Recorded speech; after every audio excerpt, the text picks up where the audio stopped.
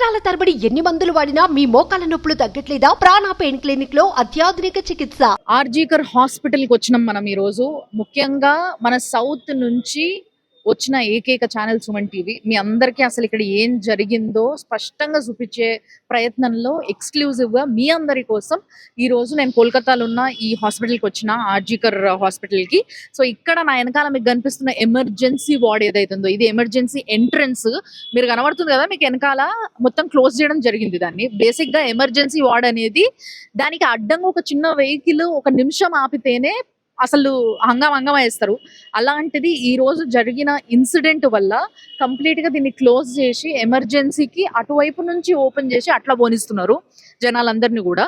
So actually ఇది ఎందుకు close చేసినారు అనేది చెప్తాను నేను. ఎందుకు అని అంటే ఇదే బిల్డింగ్ ఇప్పుడు నా వెనకాల కనబడుతుంది కదా, ఈ బిల్డింగ్ లా 3rd ఫ్లోర్ లా ఆ అమ్మాయి ట్రైనీ డాక్టర్ గా, అంటే పీజీ కంప్లీట్ చేసుకొని ట్రైనీ డాక్టర్ గా, కొంచెం అంటే ట్రైనీ కాబట్టి కొంచెం స్టేఫెన్ వస్తుంది. సో ఆ స్టేఫెన్ తీసుకుంటూ ఇక్కడ వర్క్ చేయడం జరుగుతుంది. ఆ అమ్మాయి ఉద్యోగం చేసే ఆ గంటలు ఏవైతే ఉన్నాయో అవి 36 గంటలు, అంటే 36 hours ఆఫ్ వర్కింగ్.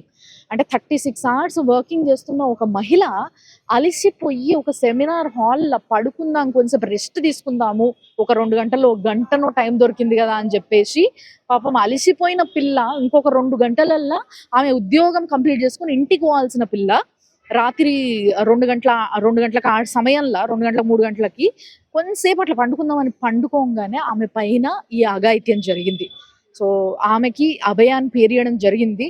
ఆ అభయకు న్యాయం కావాలి అని చెప్పి చాలా మంది వెనకాల చూసారు కదా, జస్టిస్ కావాలి అని చెప్పేసి జస్టిస్ ఫర్ అభయ అని చెప్పి రాసిండ్రు. అయితే ఇక్కడ ఏంది అని అంటే ప్రతిరోజు ఈ అమ్మాయి, ఈ అభయ ఎవరిపైన అయితే ఈ అఘాయిత్యం జరిగిందో, విక్టిమ్ ఎవరైతే ఉన్నారో, ఇక్కడ నుంచే ప్రతిరోజు ఇట్లా అని ఈ ఎంట్రన్స్ నుంచే లోపలికి వెళ్ళేదట ప్రతిరోజు ఉద్యోగం చేయడానికి. ఇదే ఎంట్రన్స్ నుంచి ఆ సంజయ్ రాయ్ అనే ఎవరైతే కిరాతకుడు ఉన్నాడో ఆయన కూడా ఇక్కడ నుంచి పోతాడంట. సో ఆయన ఏంది అని అంటే బేసిక్ గా పోలీసులు కాంట్రాక్ట్ బేస్డ్ గా ఆయనని ఉద్యోగంలో పెట్టుకున్నారంట.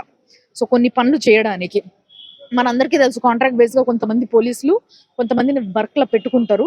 ప్రతి నెల 15,000 అట్లా కొంచెం పైసలు ఇచ్చేసి పెట్టుకున్న ఒక వర్కర్. ఇక పోలీసు వాళ్ళు మనకు అండగా ఉన్నారు కదా అని చెప్పేసి ఒక కిరాతకమైన ఆలోచనతోని ఆ పిల్లని ప్రతిరోజు, అభయాన్ని ప్రతిరోజు పోతుండగా వస్తుండగా గమనించేటోడంట ఈ సంజయ్ రాయ్ అనేటోడు. అంతేకాకుండా ఇద్దరు కూడా ఇదే ఎంట్రన్స్ లో పోవడము. అండ్ ఇంకోటి ఏంటంటే సంజయ్ రాయ్కి ఈ హాస్పిటల్లో ప్రతి దగ్గరికి, అంటే అది మార్చురీ రూమ్ అయినా సరే, అది ఆపరేషన్ థియేటర్ అయినా సరే, ఐసీయూ అయినా సరే, ఏ వార్డ్ అయినా సరే, ఎటువంటి పర్మిషన్స్ లేకుండా డైరెక్ట్గా వెళ్ళిపోయే ఒక కలుపుగోలుతనం ఉండేనంట ఆయన దగ్గర. ఎందుకంటే ఆయననే ఒక పోలీస్ లాగా ట్రీట్ చేసేటోళ్ళంట ఇక్కడ వాళ్ళందరూ కూడా. అంతేకాకుండా కరెక్ట్గా ఈ ఘటన జరగడానికి అంటే 20 రోజుల కింద జరిగింది ఇది. సో 20 రోజులకి కరెక్ట్ గా ఇంకో 2 వారాల క్రితము ఇక్కడ ఎవరైతే లేడీస్ వర్క్ చేస్తున్నారో, అంటే నర్సులు కావచ్చు, ఎవరైతే స్టాఫ్ ఇక్కడ వర్క్ చేస్తున్నారు ఈ హాస్పిటల్లో, వాళ్ళని చాలా గలీజ్ గా ట్రీట్ చేసిండంట, అంటే మిస్బిహేవ్ చేసిండంట ఈ సంజయ్ రాయ్ అనేట ఆయన.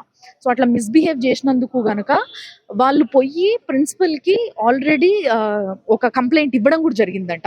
ఇట్లా మా పైన ఇట్లా చేసిండు, ఇట్లా మాతో మిస్బిహేవ్ చేసిండు ఈ సంజయ్ రాయ్ అనే వ్యక్తి అని చెప్పేసి ఆయన పైన కంప్లైంట్ ఇచ్చినప్పటికీ ఆయన పైన ఎటువంటి యాక్షన్ తీసుకోకపోవడం వల్ల ఇంకా విజృంభించిండు. అంటే మనని ఎవ్వరు ఏం చెయ్యలేరు, మనని ఎవ్వరు ఏం అడగరు, ఏం అనరు అన్న ఒక ధీమా ఎక్కువ అయిపోయి దానితోని ఆ క్రూరత్వంతోని ఆ మనిషి ఈ విధంగా ఈ రోజు బిహేవ్ చేసి ఒక డాక్టర్, అంటే రేపటి రోజు సమాజానికి ఎంతమంది ప్రాణాలు కాపాడేదో ఆ పిల్ల, 31 ఏళ్ల పిల్ల, ట్రైనీ, చాలా అందంగా ఉంటదంట అమ్మాయి కూడా.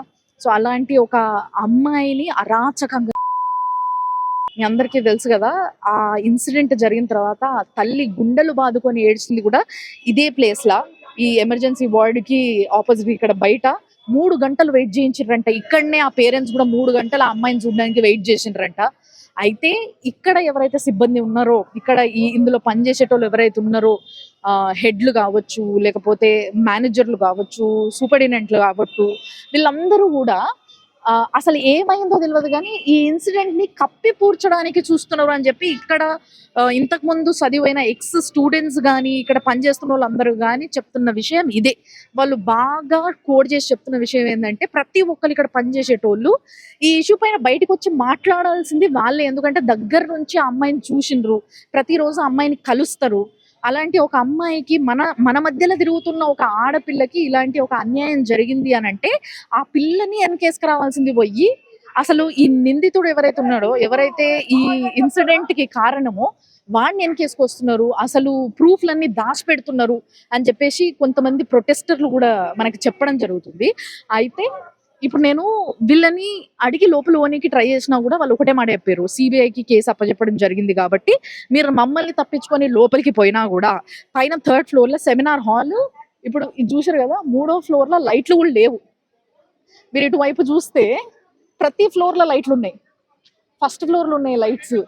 ఓన్లీ ఆ 2nd ఫ్లోర్‌లో కూడా లైట్లు కనబడుతున్నాయి ఇటువైపు గానీ, ఈ 3rd ఫ్లోర్‌లో మాత్రం లైట్సే లేవు. సో 3rd ఫ్లోర్ మొత్తం కూడా పోలీస్ సిబ్బంది అక్కడ కాపలా కాస్తున్నారంట. ఎవరిని రానియకుండా కంప్లీట్‌గా ఆ 3rd ఫ్లోర్‌ని క్లోజ్ చేయడం జరిగింది. అక్కడ పేషెంట్స్‌ని కూడా రానిస్తలేరు. స్టూడెంట్స్‌ని కూడా రానిస్తలేరు. సెమినార్ హాల్ ఉంది అంటే బేసిక్‌గా స్టూడెంట్స్ అందరూ అక్కడ కొన్ని సెమినార్స్‌కి పాల్గొనాల్సి వస్తది. బట్ అక్కడికి స్టూడెంట్స్‌ని కూడా రానిస్తలేరంట. కంప్లీట్‌గా క్లోజ్ చేయడం జరిగిందంట. అండ్ ఇంకొకటి ఏంది అనంటే, ఆ పక్కనే ఒక రెనోవేషన్ వర్క్ జరుగుతుందంట. ఆ రెనోవేషన్ వర్క్‌లో భాగంగా ఏ సెమినార్ హాల్‌లో అయితే ఈ ఘటన జరిగిందో అక్కడ ఒక గోడని కూలగొట్టడం జరిగింది. ఆ గోడని అంటే ఇంత పెద్ద ఇష్యూ అయిన తర్వాత బేసిక్‌గా అక్కడ ఏమి ముట్టుకోనియ్యరు. అక్కడ ఎక్కువ మందిని తిరగనియ్యరు. ఇప్పుడు ఫర్ ఎగ్జాంపుల్ పోనీకి ప్రయత్నిస్తున్న మీడియా వాళ్ళని కూడా లోపల చూపియనిస్తలేరు. అసలు లోపలికి అడుగు పెట్టనిస్తలేరు. బట్ ఇలాంటి సిట్యుయేషన్ ఉన్న సమయంలో ఆ రెనోవేషన్‌ని ఎట్లా అలౌ చేసిండ్రు?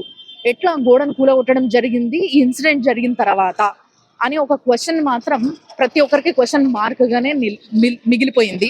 అండ్ ఇంకొకటి ఏంది అనంటే, ఆ అమ్మాయి ఇంకొక 2 గంటల్లో ఇంటికెళ్ళిపోవాల్సిన పిల్ల పొద్దున 11:15 వరకి కూడా ఇంకా ఇంటికి రాకపోయేసరికి తల్లి, తండ్రి ఒక్కసారిగా ఏమైపోయిందో అసలు, అంటే రాత్రి పడుకునే ముందు తల్లిదండ్రితోని మాట్లాడిన పిల్ల, నేను తిన్నా ఇప్పుడే, కొంసేపు రెస్ట్ తీసుకొని మళ్ళీ డ్యూటీకి ఎక్కాలే, కొంసేపు రెస్ట్‌కి టైం దొరికింది నాకు అని తల్లి, తండ్రికి ఫోన్ చేసి చెప్పి అప్పుడే జస్ట్ పడుకున్న పిల్ల పైన ఈ అఘాయిత్యం జరిగింది. అందరికీ రేజ్ అయిన క్వశ్చన్ ఏంది అనంటే, ఒక్కడు కాదు, ఇది ఈజీగా ఒక 3, 4 కలిసి చేసిన అఘాయిత్యం. అంటే సామూహిక అఘాయిత్యం అని చెప్పేసి ఒక కన్క్లూజన్‌కి వచ్చిండ్రు. కానీ ఇప్పటికి కూడా సంజయ్ రాయ్ కాకుండా ఇంకా ఎవరు చేసిండ్రు, ఇంకా ఎవరు ఈ అఘాయిత్యంలో పాల్గొన్నారు అన్న విషయాన్ని మాత్రం ఇంకా ఎటువంటి ఇన్ఫర్మేషన్ బయటికి లేదు. సిబిఐ దీనిపైన అన్ని రకాలుగా ట్రై చేస్తుంది. అసలు ఏం జరిగింది ఆ రోజు, ఎవరెవరు ఉన్నారు అని చెప్పి. కానీ సీసీ కెమెరాస్ ఏవైతే ఉన్నాయో ఇప్పుడు ఇక్కడ కూడా మీరు చూడొచ్చు, లోపల వైపు సీసీ కెమెరాస్ ఉన్నాయి. బయట చూస్తే ఒక్క సీసీ కెమెరా కూడా కనిపిస్తలేదు. సో ఎక్కడి నుంచి అయితే లోపలికి పోవాలనో బేసిక్ గా ఆ గేట్ నే ధ్వంసం చేయడం జరిగింది. అంటే పేరెంట్స్ ని కూడా అసలు డెడ్ బాడీని చూడనీయకుండా, అంటే ఫస్ట్ ఇక్కడ నుంచే ఫోన్ చేసేసి మీ అమ్మాయికి హెల్త్ బాగాలేదు అని చెప్పిన ఒక 15-20 నిమిషాలకే మళ్ళా ఫోన్ చేసి తల్లిదండ్రులకి మీ అమ్మాయి అటెంప్ట్ చేసుకుంది అని చెప్పేసి, అంటే ఆత్మహత్యాయత్నం చేసుకుంది అని చెప్పేసి కంప్లైంట్ చేయడం జరిగింది పేరెంట్స్ కి. అసలు అది ఏందో అర్థం కాని తల్లిదండ్రులు ఒక్కసారిగా షాక్ లో ఉరుకొచ్చినాక ఇక్కడ ఆగిపోయి, అంటే ఇక్కడ వాళ్ళ తల్లిదండ్రులను కూడా ఇక్కడ ఆపేసి, ఒక పిల్ల పాపం ఇక్కడ చదువుకొని ఒక మంచి డాక్టర్ అయిన తర్వాత ఆ పిల్ల బాడీ చూసే అధికారము, హక్కు వాళ్ళకు కూడా లేదా? ఒక్కసారి కాలేజ్ లోపలికి వస్తే కాలేజ్లు ఈ విధంగా పనిచేస్తున్నాయా మన దగ్గర? అసలు ఆ సమయంలో ఎప్పుడైతే పేరెంట్స్ వెయిట్ చేస్తున్నారో ఇక్కడ, అప్పుడు చాలా మంది బలవంతంగా లోపల పోవడానికి ట్రై చేసిండ్రు. అట్లా ట్రై చేసినప్పుడే ఈ ఏవైతే గేట్స్ ఉన్నాయో ఈ గేట్స్ అన్నిటిని కూడా ధ్వంసం చేసిండ్రు, మొత్తం ఇరగొట్టేసిండ్రు. సో అందుకోసం ఈ గేట్ అంతా కూడా ఇరిగిపోయింది. దానివల్లే ఇక్కడ జస్ట్ ఒక ఇది బ్యారియర్ ఒకటి అడ్డం పెట్టుకొని చైర్లు వేసుకొని బయట కూర్చున్నారు పోలీసులందరూ కూడా. ఆడోళ్ళు వస్తే ఆడోళ్ళని ఆపడానికి, మొగోళ్ళు వస్తే మొగోళ్ళని ఆపడానికి, మగ పోలీసులు, ఆడ పోలీసులు అందరూ కూడా బయట ఉన్నారు. సో అది పరిస్థితి ఈడ.